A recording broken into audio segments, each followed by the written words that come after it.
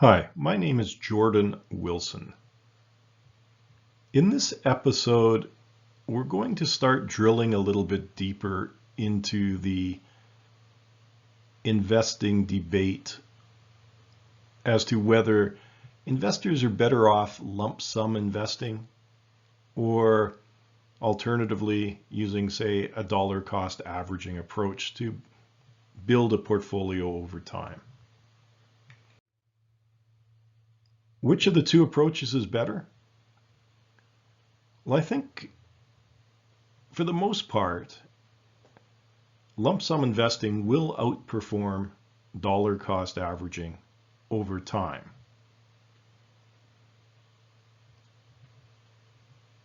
And that makes you wonder, okay, then why would anyone use dollar cost averaging? And that is a question. And why does lump sum investing outperform over time? Because assets appreciate over time. And we saw in the last episode that in appreciating or rising asset markets, lump sum is the better route. We also saw that in a relatively flat market, because there's less transaction costs involved in lump sum investing, that too tends to outperform dollar cost averaging. So dollar cost averaging is good in very volatile or declining markets. But we can see from this slide that over time, assets have appreciated. And you can see on this slide as well, the general risk return relationship. If we look at treasury bills, they've had an annual compound return of 3.5%. Very safe. Not much of a return on a nominal basis, 3.5%.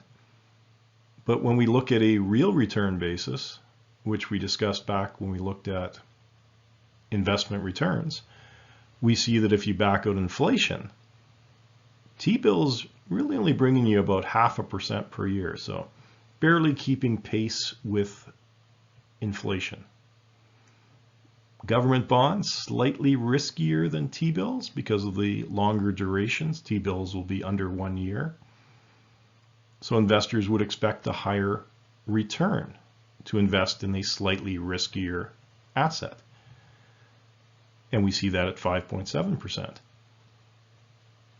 Now, large public companies are riskier still than relatively safe government bonds.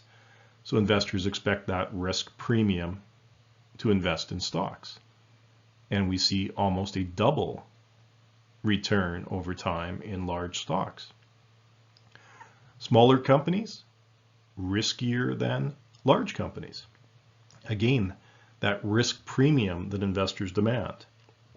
So it's a good slide to look at just to sort of see how that risk-return relationship works in life. But regardless of the asset class, we do see growth over time. If I invested in 1926 in a lump sum pattern, I'm much better than if I invested piecemeal between 1926 and 2016. So that's why, in theory, lump sum investing is the clear winner. Assets appreciate over time, so the sooner that I can invest my capital in an asset, the longer it will grow and create wealth for me. So that's the main advantage of the lump sum investing, that assets appreciate over time. But I keep using the words over time because you need relatively long time periods to ensure that that trend takes place. However, in the short term, we often see volatility, whether that be in asset classes, definitely within individual investments themselves. So in the shorter term, you'll have ups and downs, but in the longer term, yes, And again, that kind of gets at what we talked about with the financial objectives in your time horizon. The shorter the time horizon that you have, you want to buy a house in 3 years. Then you want safety, security, liquidity. So you're going to move your assets out of higher volatile asset classes like equities and into bonds or cash. And as the time horizon shrinks to zero, you want to have shifted your money into very secure, liquid, non-volatile investments. If you have a 50-year time horizon, that's when you go into the higher risk, higher return equities, because you can withstand that volatility because you know the long-term trend is going up. But you don't want to be caught if you have to buy a house and come up with a down payment in 6 months' time in a market correction. Another potential advantage of lump sum investing is market timing. Now, I said in the last episode that lump sum investing in itself is not market timing. If you have the cash up front, if you have that $10,000 to invest on January 1, you pump it into your investment. If it takes you 6 months to accrue that $10,000, on July 1, that's when you invest. That is pure lump sum investing. But many people use it as part of a market timing strategy. So you accumulate $10,000 on June 30th. Instead of investing it on July 1, you say, the markets are a little overheated. I'm going to wait until Labor Day before I invest. Or I'm going to wait until there's a 10% correction and then I'm going to jump in. And that's kind of the market timing strategy. The problem with that, when we went back to our look at how professional investors, your asset managers of funds, for example, are unable to achieve the outperformance over their benchmarks, that elusive alpha that active managers have a very difficult time attaining and or staying with consistently. They try to time the markets. It's not easy. So if you get to June 30th and you say, well, I'm going to hold off a few months because the markets are going to correct, there's a good chance they won't. And that's the issue with lump sum investing, is that if you try to time the market and you get it wrong, then perhaps you're going to be worse off than if you just invested on day one. The final big advantage with lump sum is, as I said in the first slide, it's going to be lower costs. So if I've got my 10,000 or my 12,000, let's say, and I'm going to invest it on January 1st, I'll be paying my $9.99 commission one time because I'm buying everything. And in today's world, there's usually not a connection between the number of shares purchased and the brokerage fee.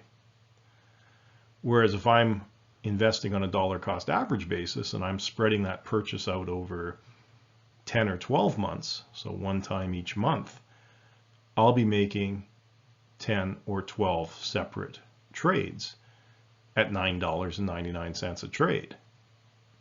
And it sounds like little money, but it does add up over time. If we return to our original question, which is better? Now, we saw over the long term that lump sum investing is probably the better route to go, because the sooner that you invest your capital in an asset, the sooner it begins to appreciate. And we saw that trend across all asset classes of appreciation over time. In that sense, lump sum investing is the way to invest. And if you're good enough to engage in proper market timing, that's an added bonus. So why do people dollar cost average? Well, it's not that simple. Yes, over very long periods, lump sum is the way to go. But there's other considerations that, at least to me, make dollar cost averaging often much more attractive to the average investor. And we'll get into some of those considerations starting in the next episode. And we'll spend a fair bit of time on dollar cost averaging because I think it's the more practical way to invest for investors. Because again, lump sum investing assumes that you have all your money on day one, because the sooner you invest, the better. But how many of us actually have money lying around to invest? It doesn't tend to work like that. We tend to have to scrimp and save over a period of time. We need to take out loans at RRSP season. So people don't have that money up front to invest. So even though lump sum may, in theory, be the better route to go, from a practical purpose, it doesn't often work that way.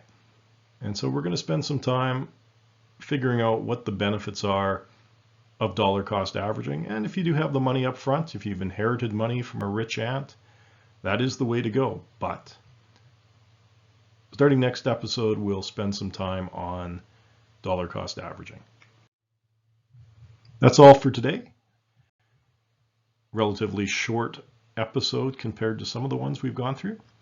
Thank you for listening, and I look forward to spending some time on dollar cost averaging over the next 2 or 3 episodes. Have a good day.